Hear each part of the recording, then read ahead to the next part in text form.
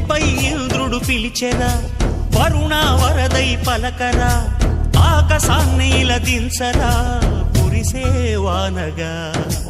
మారని ఆతన తీర్చగా, మా తలరాతలు మార్చగా, ఈ జలయజ్ఞము సాక్షిగా తలనే వంచరా. మహారాజు తాని సమిధల్లి మారి నిలువెల్లా వెలిగెరా, భోగాన్ని విడిచి త్యాగాన్ని వలచి తాపసిగా నిలిచెరా. జనక్షేమమే తన సంకల్పముగా, తన ఊపిరి హోమజ్వాలలుగా, స్వర్గాన్నే శాసించెనురా, అమృతమును ఆహ్వానించెనురా.